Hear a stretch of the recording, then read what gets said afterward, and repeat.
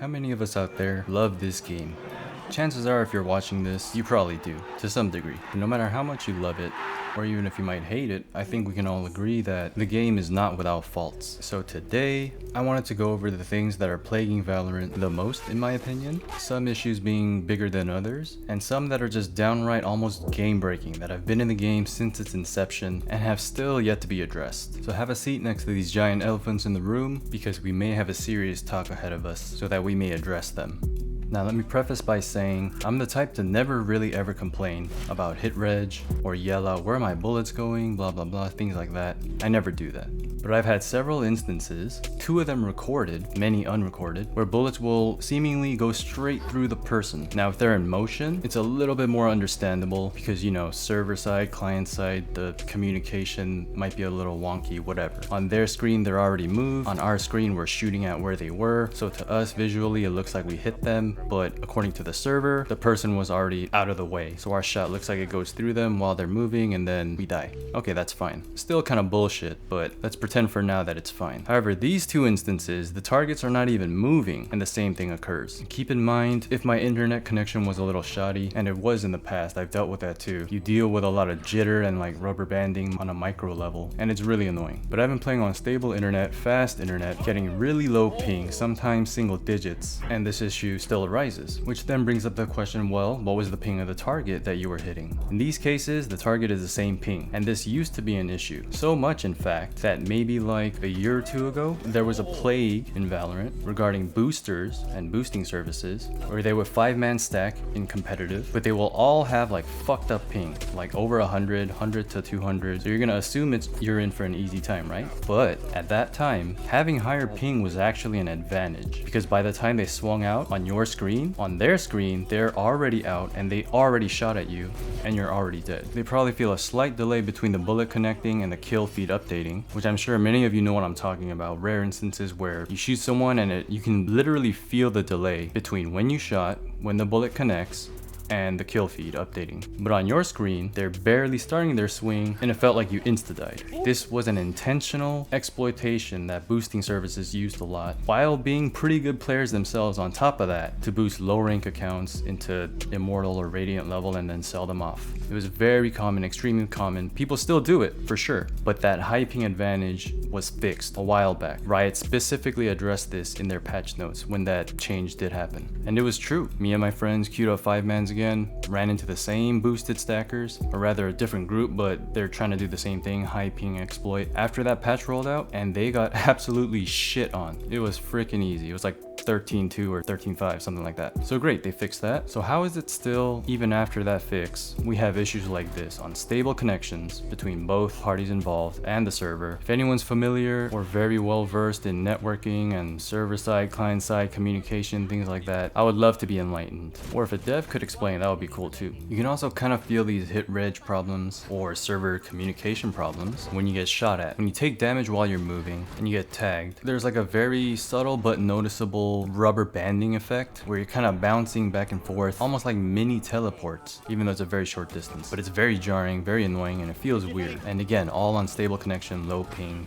etc. You can see another problem with communication with the server when damage numbers aren't updated right away. On your combat report when you die, sometimes there's like slight delays, or sometimes it doesn't update at all until the round's over. And then sometimes with Viper Walls interaction, you just get like really weird numbers showing like you did 88 damage twice to every body part in existence. I think that's been fixed though. But yeah, I just feel like there's a lot of underlying problems with server or client side communication somewhere, and they're just kind of digging their heads in the sand about it for ever since the game was out. But don't blow it out of proportion. This is not why you're losing your games. This is not why you're losing your fights. It's just rare instances where it does happen, where it's actually not your fault. And I feel like this is probably why they keep on delaying the replay system. Honestly, for a competitive title, there is absolutely no excuse, no reason to still not have replays. Even if it's the most jankiest system on the planet, I think it doesn't matter. You should still have a replay system. Honestly, there is zero excuse for this. Everyone should be upset by this. It's just unforgivable and should be a top priority, honestly.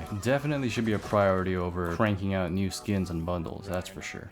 Speaking on skins and bundles, let's go to number 2. Now this is not really a big of an issue, it's completely optional, doesn't affect your gameplay. Well, it kind of does, because skins can be pay to win, and I might be doing a video on that next time, because the way a gun feels and sounds, even though it's basically placebo, it can definitely impact your performance on an individual level, which is honestly a big problem in its own. The fact that they change so much, especially how the gun sounds, but that's a whole nother topic. I'm going to be talking about something that people have raised alarm bells on since day one, and rightfully so. And this is coming from someone who's bought a ton of bundles, more than I care to disclose. How much money you got? A lot. How many bundles you got? A lot. I'm talking about the prices, the elements of fear of missing out, FOMO. We got the rotating shop, we got the battle pass, and also the tiny pay to win element or FOMO of having new agents first and ASAP instead of slowly grinding them out like you're normally expected to do. I'm talking about grimy business practices like fake discounts for VP and RP. The fact that VP and RP exists instead of just showing the dollar amount or currency amount, obfuscating and confusing and disorienting the buyer into not knowing exactly how much they're spending and getting in for. Now this isn't solely a Riot or Valorant problem, but it's honestly getting kind of disgusting how this is becoming normalized and all games are doing it, but they're copying each other, all trying to get a slice of this pie, capitalizing on and preying on your psyche and lack of self-control, targeting kids. Again, it's not just a Riot problem, it's not a Valorant problem, this is just a gaming industry problem, and it's definitely Fortnite's fault for introducing battle passes. Now quite literally almost every game is just shoving them in there even when it doesn't make sense, filling them up with quite literal garbage that they spend zero effort on, zero time on, 90% filler, and maybe like 1 or 2 rewards that you'd be willing to say, oh yeah, that's worth $5 or $10, not to mention 1,000 hours that I'm gonna have to invest into to complete this in a limited time frame before it's gone forever, even if you paid for it. What the hell is that? It's just disgusting. But again, not Riot problem, not a Valorant problem. I just hate that this is normal now. So that's not their fault. What is their fault is the fact that RP even exists, Radianite points. I even remember reading somewhere, I think a while back, in some countries this is straight up illegal. Which is crazy. And these things aren't like a couple bucks either. And it's nice that the skins have, you know, in between stages that you can customize if you want to, but they're not giving us that option. They're paywalling those options. Freaking ridiculous. And these skins and the Radianite are all priced as if they're like AAA games on their own. Sure, the company, developers, and artists, they all need money, but you mean to tell me the work they're putting in for one bundle is the same amount of work for a fully fledged game developed by a whole team who have been working on it for years? Nah, something stinks. And we all know it's priced that way because it's not about letting as many people as possible enjoy it. It was carefully, meticulously constructed this way because it's about extracting the highest dollar amount possible from us, the community, the users. Which is like, hey, they gotta make money, which is understandable, fine. But if we really want something, like the upcoming Champions bundle, has a sick Phantom, sick knife, or sword, paying over $60 for one knife and one gun, that you also have to spend Radianite on, which also costs money, and the added element of extra FOMO because the Champions bundle is going to never be available again after this year, after this event. The whole thing just leaves a bad taste in your mouth. And the worst part is, it will literally never change. Because again, it's not about how many people get to enjoy it, it's about extracting the most money out of the small percentage of big spenders as possible. I know math is hard when you're an idiot, but like if you're a broke boy, just say so. But again, aside from the whole Radianite stuff, shenanigans, this is not a Riot or Valorant specific problem. This is a gaming industry problem in modern times. Spectator glitch. This is where you're spectating your teammate and you can see on the screen that there's an enemy right in front of them, but they don't react. Maybe it's another server client communication problem? I have no idea. But this problem has been in the game for years and it still exists. Again, stable connection, not related to my internet. It happened with good internet, it happened with bad internet, it happened recently, it happened years ago. It's like basically the enemy model keeps walking in like a straight line or just stands there. And this directly affects gameplay because you might call out to a teammate wrong, especially if it's like your first time encountering this bug. When I encounter it, I either stay quiet or just tell my team that there's X enemy nearby. Because yeah, it means they were somewhere in that area. Now I only have 1 or 2 recorded instances of it, but it's definitely happened way more than just once or twice.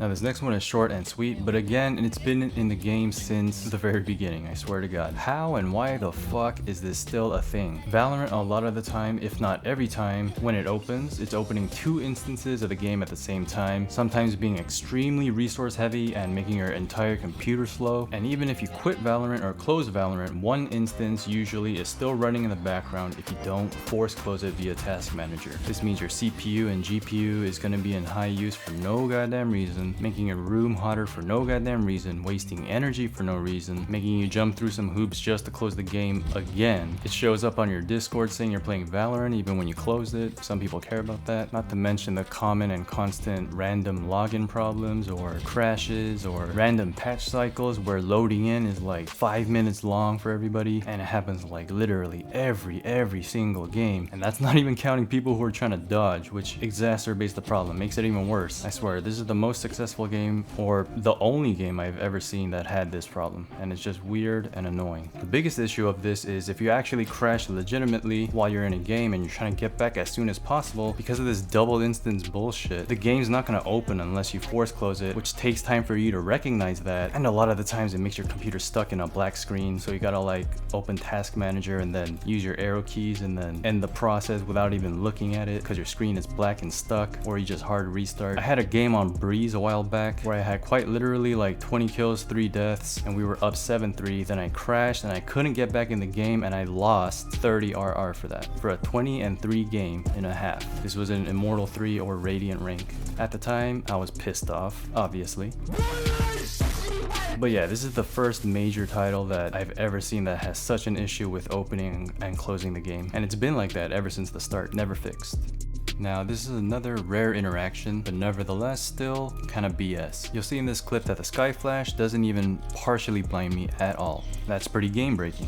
And at first glance, couldn't figure out for the life of me why this interaction happened. But upon closer inspection, we can see that the sky flash gets kind of hooked behind this little section of the wall that's kind of protruding outward. So that negates the whole effect. I don't get blind at all, and they don't get info either. That's game breaking, albeit an extremely rare and niche situation. But I've also seen it happen before, although it was rare, with Phoenix flashes, Yoru flashes, same thing. If they get barely caught behind like a smoke or a wall or a piece of the environment, flash just doesn't work at all, even when it looks like it should. Ex-coach Sliggy from Liquid also predicts a near future where we're gonna see a lot more interactions with geckos and viper walls, namely the Dizzy, and how those two combined is gonna be extremely OP, according to him. I believe it's because in the game's engine or code, the viper wall is binary, it's either on or off. So while to us humans, it looks like it takes a second for the wall to be coming down, in the game's code, it's already off. So while the wall's still dissipating and they throw a gecko flash behind it, the game thinks there's no obstruction in the way, so it'll blind us through the viper wall as it's still visually coming down, and then they just step through and kill all of us. He believes more teams are gonna abuse this interaction and will eventually force Riot to address the issue and fix it. But for now, if you got a premier team or a duo you like to play with, keep this in mind or try this trick out, as he believes it to be straight up broken.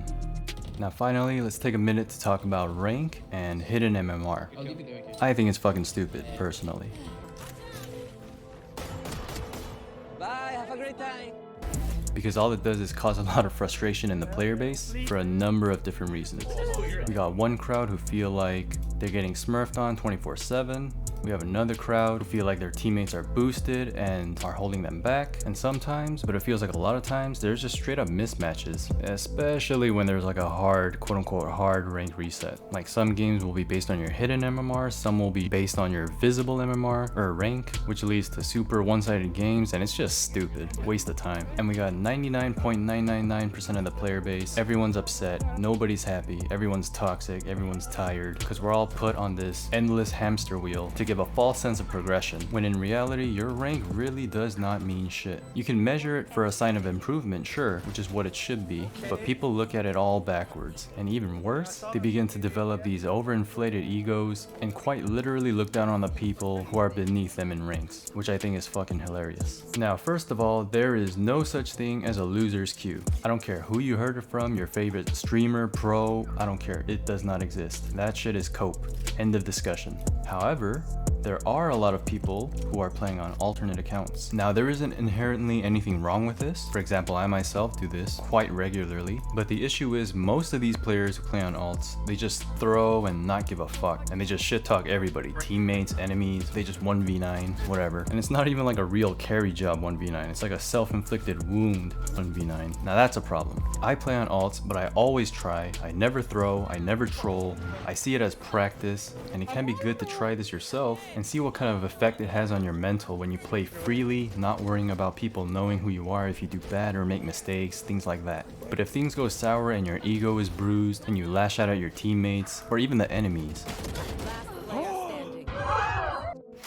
saying some dumb shit like, oh, I'm immortal, you're only diamond and ascendant, how are you beating me? That shit is so stupid and so cringe. Because first of all, there's not even that much of a difference between those two ranks, and second of all, they could be alternate accounts too, so they shouldn't even be tripping in the first place. And I only have so many alts because I wanted to play with my friends from a long time ago, most of which who don't play anymore. However, all those accounts were basically eventually raised up to almost the same MMR as my main. I see similar names all the time, with the only real difference being with my main, it's just a little more likely to run into Radiant or streamers or pros sometimes even, and with usually longer queue times, even if they don't fight me Radiants. But in those cases, that shit kind of makes me salty because the game expects me to super hard carry, and if you don't, you end up losing more. But this usually only happens when you're duoed with a lower rank / MMR, or if you're on a big lose streak and naturally degraded your MMR. But yeah, I remember one Lotus game, we were up like 9-3 on defense, and then on attack, we literally lost out and we only won 2 rounds. This is gonna sound like bullshit, but it's not. The only 2 rounds we won was where I aced, and then a few rounds later, my duo aced. Every other round, we just straight up lost. But yeah, that shit's ridiculous. It's only annoying because you gotta manage people's egos and feelings and stuff. It's so annoying. I'm just trying to play the fucking game, you know what I mean? I just want everyone to try, everyone to focus, and not be crying or yelling in my ear. You know, whatever happened to the love of the game? Rank is not a big deal. Here's the harsh truth. The reality is, we all suck. Just some more than others. Now, this is purely anecdotal from my own experiences and opinion, but here's how I see things. The ladder is presented in all these ranks, but it's more like a stubby ass pyramid. From iron to plat, all the same. Diamond to low immortal 2, maybe 3, all the same. Immortal 3 to low radiant, all the same. Higher radiants who consistently achieve above top 100, not just once, but repeatedly, they're in their own bracket, and we'll probably find a lot of pros in this section too because they don't play ranked as much because they're focused on more important things like practice. And then at the very top, the truly gifted or skilled or professionals. These rank gates are just there to give a false sense of progression. Well, it's not false, but it's presented as like some big jump from X rank to this rank, when in reality, they're the same shit. And even if you have one bad game that feels like you have no chance of winning because of your teammates, it's okay. In the long run, it's just a drop in the bucket. If you really are that good enough, just go out there and win more games. There's no need to really get worked up over your teammates. Not to mention, that's just gonna make everybody play worse as well, yourself included. And again, the amount of people who develop an overinflated ego when they reach the higher echelon of player, it really is laughable at how delusional they are and how disgusting they act. Now, I love the game, but I hate the player base a lot of the time. And please don't take this the wrong way. I'm not trying to diminish anyone's accomplishments. Just please be able to recognize that just because you hit X rank doesn't make you a better class of human all of a sudden. We're all students of the game here, and the second you think you know everything and you close your mind off, you stop learning, you stop growing, and then you're gonna plateau and probably quit. But if you play with the mindset of improving your game, which in turn is improving your experience, I promise you it's gonna be a lot more enjoyable and a lot more fun. Take care. I think he's flanking, bro. Hey, never mind. Nice. That's the best player alive. You got the other? Hurts. Right beside him. Everyone's so